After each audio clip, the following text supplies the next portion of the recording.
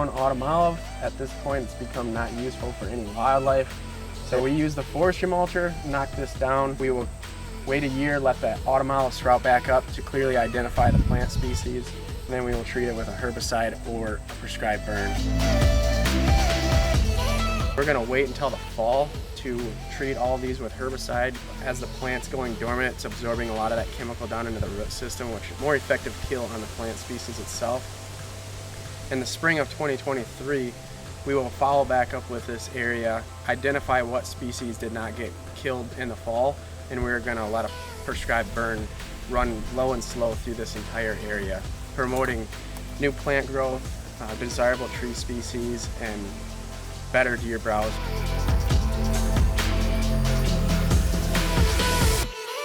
So in this area behind us, we had the logger come in here, harvest the mature trees out of it. We then followed up, marking the non-desirable tree species. We did do some hinge cutting in this area, as you can see. We added some of the logs for some structure for bedding. What that did is allow the sunlight to come into the forest floor, improving all this new plant growth and giving the deer side cover to bed in here comfortably and all year long.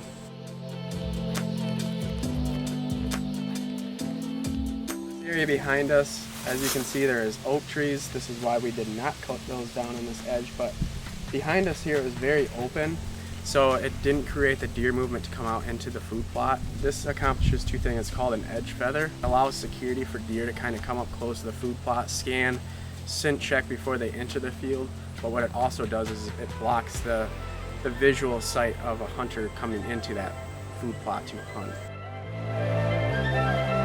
Here we're standing in a food plot that's fully regenerative. We planted the milo, millet.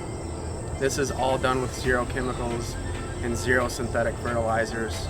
We will crimp this down in the next 2 weeks as these plants mature, and we will no-till drill in Stratton Seeds Legacy Blend, which is a 12-way blend species that has turnips, radishes, clovers, winter wheat, rye, and various other species to help revitalize the soil. By using the regenerative method for food plots, you're really improving the soil quality, the plant quality that's growing in the food plot, and you're not only improving the soil health, but you're improving the plant health as well as the health of the wildlife by producing a very high quality supplemental food source. We brush hog this area down. We will wait 2 weeks and let all the plants leaf back out from the brush hogging. We will then spray and plant the Legacy Blend. That blend will offer a high diverse attraction throughout the entire deer season. We have a lot of woody species that in the grasslands are not conducive to the regeneration of certain grasses, and this particular property is under a contract with the state. So here we're going to come in here and initially forestry mulch all of this autumn olive and other non-needed woody species within the prairie. We'll mulch that down. Then we will follow up with a fire next spring, which is going to set back a lot of those woody species because they're going to be smaller and the fire will be more effective. After the fire has gone through the area, we'll come back, monitor it, and if there is any other woody species, we'll follow up and finish those with a herbicide treatment. This shows the representation of how proper management of the invasive species and regular burns can help regulate a lot of those woody species from overtaking your native grass areas, as well as conducive for the environment on your property.